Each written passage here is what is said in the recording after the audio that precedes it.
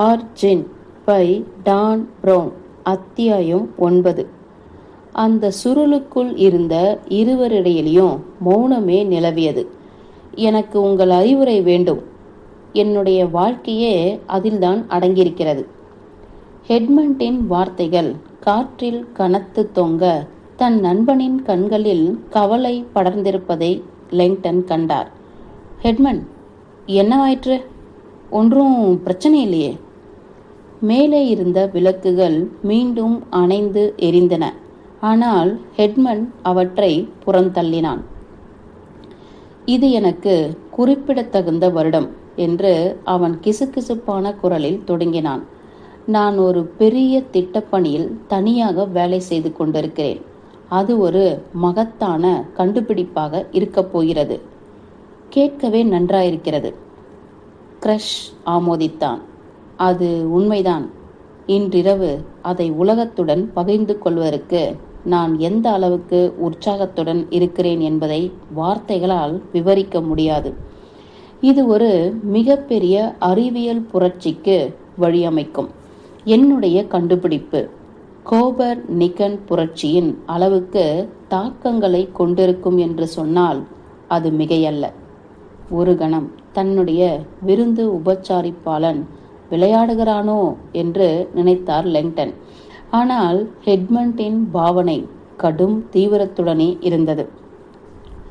கோபர்நிக்கஸா? தன்னடக்கம் என்பது ஹெட்மண்டிடம் ஒருபோதும் வலுவாக பொருந்தி போனதில்லை. ஆனால் இந்த உரிமை கோரல் எந்த தர்க்கத்திலும் அடங்காத விளிம்பு நிலையில் இருப்பதை போல் இருந்தது. கிரகங்கள் சூரியனை சுற்றியே வலம் வருகின்றன என்ற சூரிய அமைப்பு கோட்பாட்டின் தந்தைதான் நிக்கோலஸ் கோபர்நிக்கஸ். மனித குலமே இறைவனின் பிரபஞ்சத்தினுடைய மையத்தை ஆக்கிரமித்திருக்கிறது என்று தேவாலயம் நீண்ட காலமாக கற்பித்து வந்ததை இந்த கோட்பாடு முற்றிலுமாக அழித்தொழித்தது. 1500களில் ஒரு அறிவியல் புரட்சியை பற்ற வைத்தது. அவருடைய கண்டுபிடிப்பு 3 நூற்றாண்டுகளாக தேவாலயத்தால் கண்டனத்திற்கு ஆளானது. ஆனால் ஏற்பட்ட சேதாரம் ஏற்பட்டதுதான். உலகம் ஒரே போன்று இருந்ததில்லையே. நீங்கள் சந்தேகப்படுவது போல் தெரிகிறதே என்றான் ஹெட்மண்ட். நான் டார்வின் என்று சொன்னால் நன்றாயிருக்குமா? லெங்டன் புன்னகைத்தார். அதே பிரச்சனைதான்.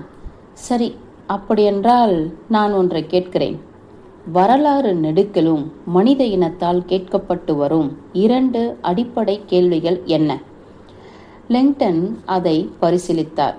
சரி, அந்த கேள்விகள் என்னவாக இருக்கும் என்றால், இதெல்லாம் எப்படி தொடங்கியது? நாம் எங்கிருந்து வந்தோம்? சரியாக சொன்னீர்கள். 2வது கேள்வி வெறுமனே துணை கேள்விதான். அது நாம் எங்கிருந்து வந்தோம் என்பதல்ல, ஆனால் எங்கே சென்று கொண்டிருக்கிறோம் என்பதா? ஆமாம், இந்த 2 புதிர்களும் மனித அனுபவத்தின் மைய பகுதியில் இருப்பவை. நாம் எங்கிருந்து வந்தோம், நாம் எங்கே சென்று கொண்டிருக்கிறோம், மனித சிருஷ்டி மற்றும் மனித விதி, இவைதான் உலகளவிய புதிர்கள். ஹெட்மண்டின் பார்வை கூர்மை அடைந்தது. அவன் லெங்டனை எதிர்பார்ப்புடன் நோக்கினான். ராபர்ட், நான் கண்டுபிடித்திருப்பது இந்த 2 கேள்விகளுக்குமே மிக தெளிவான பதில்களை அளிக்கிறது. ஹெட்மண்டின் வார்த்தைகளோடும் அவற்றின் திகைக்க வைக்கும் எதிர் விளைவுகளோடும் லெங்டன் போராடினார். எனக்கு என்ன சொல்வதென்று தெரியவில்லை. எதுவும் சொல்ல வேண்டியதில்லை. இன்று இரவின் அறிவிப்பு முடிந்த பின்னர் இதை பற்றி விவாதிக்க உங்களுக்கும் எனக்கும் நேரம் கிடைக்கும் என்று நம்புகிறேன். ஆனால் இத்தருணத்தில் இவை எல்லாவற்றையும் பற்றிய இந்த கண்டுபிடிப்பின் சாத்தியமுள்ள பக்க விளைவினுடைய இருண்ட பக்கத்தை பற்றியே பேச வேண்டும். மறைமுகமான பின் விளைவுகள் இருக்கும் என்று நினைக்கிறாயா? சந்தேகமே இல்லாமல். இந்த கேள்விகளுக்கு பதிலளிப்பதன் மூலமாக பல நூற்றாண்டு காலமாக நிறுவப்பட்டுள்ள ஆன்மீக பாடங்களுக்கு நேர்நிலையில் நான் என்னையே முரணாக நிறுத்திக் கொள்கிறேன். மனித உருவாக்கமும் மனித விதியும் குறித்த பிரச்சனைகள்தான் பாரம்பரியமாகவே மதத்தின் செயற்களமாக இருந்து வந்துள்ளன. நான் அதில் தலையிடுகின்ற ஒருவன். அத்துடன் நாம் அறிவிக்கப் போவதை உலக மதங்கள் விரும்பப் போவதில்லை. சுவாரஸ்யமாகத்தான் இருக்கிறது என்று பதிலளித்தார் லெங்டன். இதனால்தான் கடந்த வருடம் போஸ்டனில் ஒரு மதிய உணவின் போது மதத்தை பற்றி என்னை 2 மணி நேரங்களை செலவிட வைத்து வருத்தெடுத்தாயா? ஆமாம், அதற்காகத்தான். என்னுடைய தனிப்பட்ட உத்தரவாதம் என்னவென்று உங்களுக்கு நினைவிருக்கலாம். நம்முடைய வாழ்நாளில் மதத்தின் கட்டுக்கதைகள் எல்லாம் அறிவியல் பூர்வ சாதனைகளால் அழிக்கப்பட்டிருக்கும். லெங்டன் ஆமோதித்தார். மறப்பது கடினமாயிற்றே.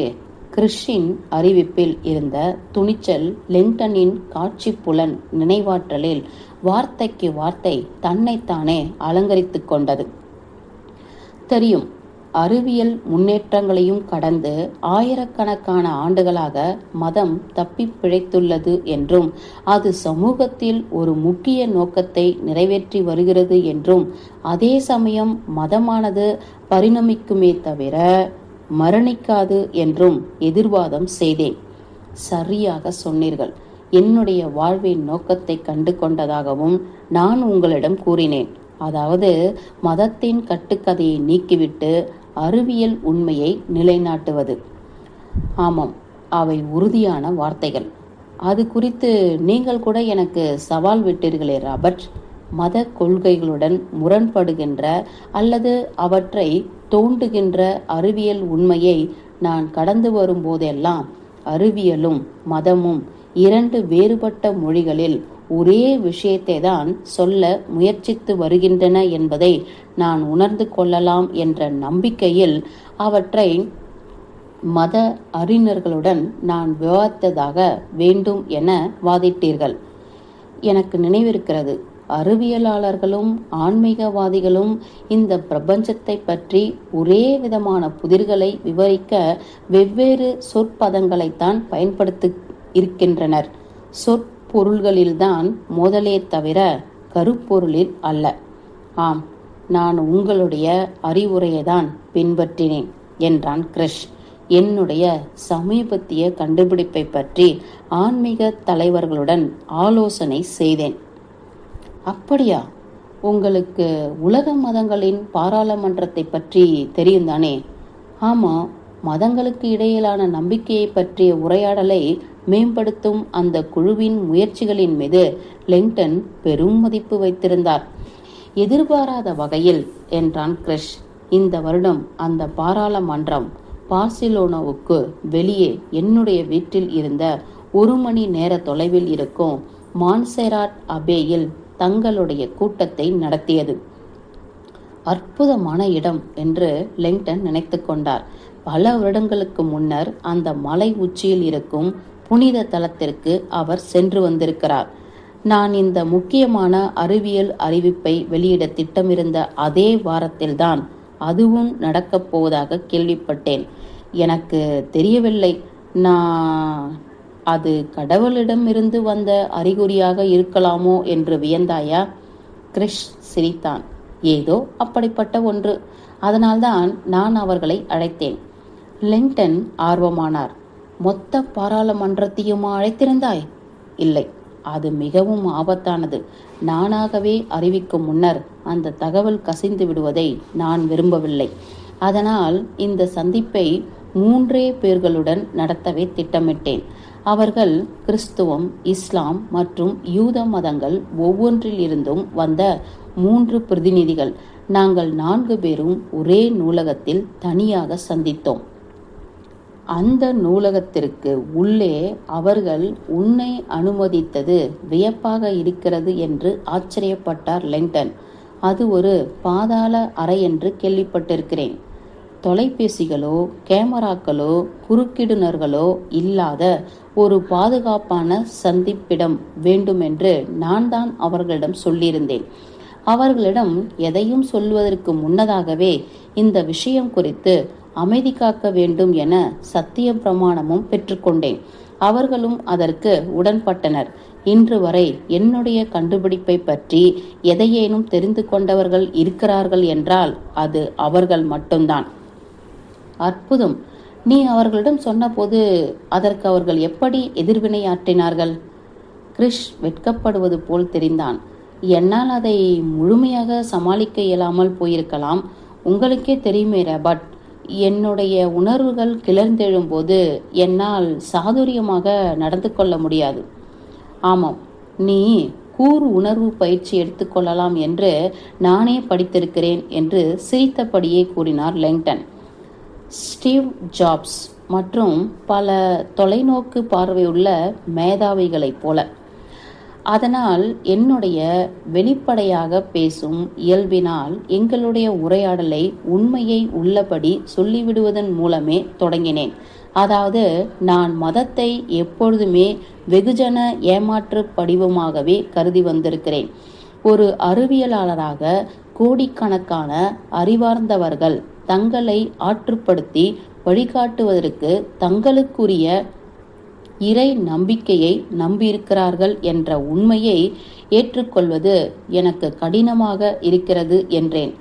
நான் சிறிதளவே மரியாதை வைத்திருப்பவர்களுடன் எதற்காக நான் ஆலோசிக்க வேண்டும் என்று அவர்கள் கேட்டபோது என்னுடைய கண்டுபிடிப்பிற்கு உண்டான அவர்களுடைய எதிர்வினைவுகளை மதிப்பிட்டு அதன் மூலம் நான் அதை பொதுமக்களிடம் வெளிப்படுத்தியவுடன் உலகில் இறை நம்பிக்கை உள்ளவர்களால் அது எவ்வாறு ஏற்றுக்கொள்ளப்படும் என்பது குறித்து கொஞ்சம் தெரிந்து கொள்ளலாம் என்று நினைத்ததாக கூறினேன். எப்பொழுதுமே ராஜதந்திரம்தானா என்றபடி லிங்டன் பின்வாங்கினார். சில நேரங்களில் நேர்மையாக மட்டுமே இருப்பது நல்ல கொள்கையாக இருக்காது என உனக்கு தெரிந்திருக்கிறது. கிரிஷ் ஆர்வமின்றி கையசைத்தான். மதத்தை பற்றிய என்னுடைய சிந்தனைகள் பரந்த அளவில் பிரபலமாகிவிட்டன. இந்த வெளிப்படைத்தன்மையை அவர்கள் பாராட்டுவார்கள் என்றே நான் நினைத்தேன். இருந்தாலும் அதன் பிறகு என்னுடைய உருவாக்கத்தை அவர்களுக்கு வழங்கினேன். என்னுடைய போனை எடுத்து முற்றிலும் திடுக்கிட வைக்கக்கூடிய சில வீடியோக்களையும் கூட அவர்களுக்கு காட்டினேன். அவர்கள் பேச்சற்று போயினர். அவர்கள் ஏதாவது சொல்லியிருக்க வேண்டுமே என்று ஊக்கப்படுத்திய லிங்டன், கிரிஷ் அப்படி எதைத்தான் கண்டுபிடித்திருப்பான் என்பதை அறிய தான் மேன்மேலும் ஆர்வம் காட்டுவதை உணர்ந்தார். நான் ஒரு உரையாடல் நடக்கும் என்றுதான் நம்பியிருந்தேன். ஆனால் அந்த கிறிஸ்துவ மதகுருவோ மற்ற இருவரும் எதையாவது சொல்லிவிடும் முன்னரே அவர்களை அமைதிப்படுத்திவிட்டார். இந்த தகவலை பொதுமக்களிடம் கொண்டு செல்வதை பற்றி மறுபரிசீலனை செய்யுமாறு என்னை வற்புறுத்தினார். இதை பற்றி அடுத்த மாதம் வரை யோசிப்பதாக அவர்களிடம் கூறியிருக்கிறேன். ஆனால் இன்றிரவே நீ பொதுமக்களுக்கு சொல்லப் போகிறாயா? தெரியும், என்னுடைய அறிவிப்புக்கு இன்னும் சில வாரங்கள் ஆகும் என்று. அதனால் யாரும் பீதி அடைவோ அல்லது குறுக்கிடவோ வேண்டாம் என்று அவர்களிடம் சொல்லியிருந்தேன். அவர்கள் இன்றிரவு அறிவிப்பை பற்றி தெரிந்து கொண்டால் என்னவாகும் என்றார் லிங்டன். அவர்கள் சந்தோஷப்பட மாட்டார்கள். அதில் ஒருவரை மட்டும் குறிப்பிட்டு சொல்லலாம். கிரிஷ் தன் கண்களால் லிங்டனை உற்று நோக்கினான். எங்களுடைய சந்திப்பிற்கு ஏற்பாடு செய்த மதகுரு பிஷப் அன்டோனியோ வால்டஸ்பினோ, அவரை பற்றி உங்களுக்கு தெரியுமா? லிங்டன் பதற்றமானார். மேட்ரிட்டை சேர்ந்தவரா? கிரிஷ் ஆமோதித்தான். அவரேதான். அவர்கள் ஹெட்மண்டின் நாத்திக அடிப்படை வாதத்திற்கு ஏற்புடைய பார்வையாளர்கள் அல்ல என்று லிங்டன் நினைத்து கொண்டார். ஸ்பானிஷ் கத்தோலிக்க தேவாலயத்தில் வால்டஸ்பினோ ஒரு அதிகாரமிக்க நபர். தன்னுடைய ஆழமான பழமைவாத கண்ணோட்டங்கள் மற்றும் ஸ்பெயின் அரசரிடம் உள்ள வலுவான செல்வாக்கு ஆகியவற்றிற்கு பெயர் பெற்றவர். இந்த வருட பாராளுமன்றத்தை நடத்தியவரே அவர்தான் என்றான் கிரிஷ். இந்த சந்திப்பிற்கு ஏற்பாடு செய்யும்படி அவரைதான் நானும் கேட்டுக்கொண்டிருந்தேன். அவர் தனிப்பட்ட முறையில் வருவதாக கூறினார். நான் தான் இஸ்லாம் மற்றும் யூத மதங்களின் பிரதிநிதிகளையும் அழைத்து வருமாறு கூறினேன்.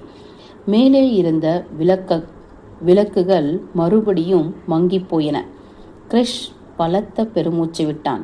அவனுடைய குரல் மேலும் தாழ்ந்து போனது. ராபர்ட், இந்த அறிவிப்புக்கு முன்னர் நான் உங்களுடன் பேச வேண்டும் என்று விரும்பியதற்கான காரணமே உங்களுடைய அறிவுரை எனக்கு தேவைப்பட்டதால்தான். பிஷப் வால்டர் ஸ்பினோ ஆபத்தானவர் என்று நீங்கள் நினைக்கிறீர்களா என்று எனக்கு தெரிய வேண்டும். ஆபத்தானவரா என்றார் லெங்டன். எந்த முறையில்? நான் அவரிடம் காட்டிய விஷயம் அவருடைய உலகை அச்சுறுத்திருக்கிறது. நான் அவரால் ஏதேனும் உடல் ரீதியான ஆபத்திற்கு ஆளாகலாம் என்று நீங்கள் நினைக்கிறீர்களா என்றும் தெரிந்து கொள்ள விரும்புகிறேன். லெங்டன் உடனடியாக தன் தலையை குலுக்கினார். இல்லை, அதற்கு சாத்தியமில்லை. நீ அவரிடம் என்ன சொன்னாய் என்று எனக்கு தெரியாது. ஆனால் வால்டர் ஸ்பினோ ஸ்பானிய கத்தோலிக்கத்தின் தூண். ஸ்பானிய அரசு குடும்பத்துடனான அவருடைய பிணைப்புகள் அவரை மிகுந்த செல்வாக்கு மிக்கவர் ஆக்கியிருக்கின்றன. ஆனால் அவர் ஒரு மதகுரு, அடியாள் அல்ல. அவர் அரசியல் அதிகாரத்தை தான் கையாளுகிறார்.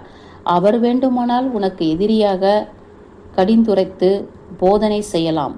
அவரால் நீ ஏதேனும் உடல் ரீதியான ஆபத்தில் இருப்பதாக நம்புவது எனக்கு மிகவும் கஷ்டமாக இருக்கிறது. கிரஷ் ஏற்றுக்கொள்பவனாக தெரியவில்லை. நான் மான்சேராட்டை விட்டு வெளியேறும்போது அவர் என்னை பார்த்த முறையை நீங்கள் பார்த்திருக்க வேண்டுமே. நீ அந்த மடாலயத்தின் புனிதமிக்க நூலகத்தில் அமர்ந்து ஒரு பிஷப்பிடமே அவருடைய நம்பிக்கை முறை முழுவதும் ஏமாற்று வேலை என்று சொல்லியிருக்கிறாயே. லெங்டன் ஆச்சரியப்பட்டார். உனக்கு அவர் தேநீரும் கேக்கும் கொடுத்து உபச்சரிப்பார் என்றா எதிர்பார்க்கிறாய்? இல்லை, ஹெட்மன் ஒப்புக்கொண்டான். ஆனாலும் எங்களுடைய சந்திப்பிற்கு பின்னர் மிரட்டலான வாய்ஸ்மெயிலை அவர் எனக்கு அனுப்புவார் என்று கூட தான் நான் எதிர்பார்க்கவில்லை. பிஷப் வால்டர் ஸ்பினோ உன்னை அழைத்தாரா? என்னுடைய லெதர் ஜாக்கெட்டிற்குள் கைவிட்ட கிரஷ் வழக்கத்திற்கு மாறாக பெரிதாக இருக்கும் ஸ்மார்ட் போனை எடுத்தான். அருங்கோண வடிவ அலங்காரங்களுடன் பளிச்சென்ற நீல பச்சை வண்ணத்தில் இருந்த அதன் உரை நவீனத்துவவாதியான கேட்டலோனியா கட்டடக் கலைஞர் அன்டோனி காப்டியால் வடிவமைக்கப்பட்ட பிரபலமான தகட்டு வடிவம் என்பதை லெங்டன் தெரிந்து கொண்டார். இதை கேளுங்கள் என்ற கிரஷ் சில பொத்தான்களை அழுத்திவிட்டு போனை பிடித்து கொண்டான். ஒரு முதியோரின் குரல் ஒலிபெருக்கியில் இருந்து கரகரப்புடன் மணி சுருக்கமாக வெளிவந்தது. அவருடைய துணி கடும் தீவிரத்தன்மையுடன் இருந்தது. மிஸ்டர் கிரஷ், நான் தான் பிஷப் ஆண்டோனியோ வால்டர் ஸ்பினோ. உங்களுக்கு தெரிந்திருக்கும், இன்று காலையில் நடந்த நம்முடைய சந்திப்பு ஆழமாக தொந்தரவு படுத்தக்கூடிய ஒன்றாகவே இருந்ததென்று நினைக்கிறேன். என்னுடைய 2 சகாக்களுக்கும் அப்படித்தான் இருந்தது. இதை பற்றி மேற்கொண்டு விவாதிக்க நீங்கள் என்னை உடனடியாக அழைக்க வேண்டும் என்று வலியுறுத்தி கேட்டுக்கொள்கிறேன். இந்த தகவலை பொதுமக்களிடம் கொண்டு செல்வதில் உள்ள ஆபத்துக்களை பற்றி நான் மீண்டும் ஒரு முறை உங்களை எச்சரிக்கிறேன். நீங்கள் அழைக்கவில்லை என்றால் நானும் என்னுடைய சகாக்களும் உங்களுடைய கண்டுபிடிப்பை பகிரவும் மறுகட்டமைப்பு செய்யவும் மதிப்பிழக்க செய்யவும் முன்கூட்டியே அறிவிப்பை மேற்கொள்வோம் என்பதுடன் நீங்கள் இந்த உலகத்திற்கு ஏற்படுத்த போகும் சொல்லப்படாத சேதாரத்தை, அதாவது உங்களால் தெள்ள தெளிவாக முன்கூட்டியே உணர முடியாத அந்த சேதாரத்தை உங்களுக்கு எதிராகவே திருப்பிவிடவும் முயற்சி செய்வோம் என்பதை அறிவுறுத்தி கொள்கிறோம். உங்களுடைய அழைப்புக்காக காத்திருக்கிறேன். அத்துடன் என்னுடைய தீர்மானத்தை சோதித்து பார்க்க வேண்டாம் எனவும் நான் கடுமையாக பரிந்துரைக்கிறேன். அந்த செய்தி நிறைவு பெற்றது. வால்டர் ஸ்பினோவின் மூர்க்கமான தொனியில் அவன் திகைத்துதான் போயிருக்கிறான் என்பதை லெங்டன் ஒப்புக்கொள்ளதான் வேண்டியிருந்தது என்பதுடன் அந்த குரல் செய்தி ஹெட்மண்டின் வரப்போகும் அறிவிப்பின் மீதான அவருடைய ஆர்வத்தையே அதிகரிக்க செய்திருக்கும் என்பதால் அது ஒன்றும் அவ்வளவு அச்சுறுத்தக்கூடியதாக அவருக்கு தோன்றவில்லை. சரி, நீ எப்படி பதிலளித்தாய்? நான் பதிலளிக்கவில்லை என்ற ஹெட்மன் தன்னுடைய போனை திரும்பவும் தன்னுடைய பைக்குள் வைத்தான்.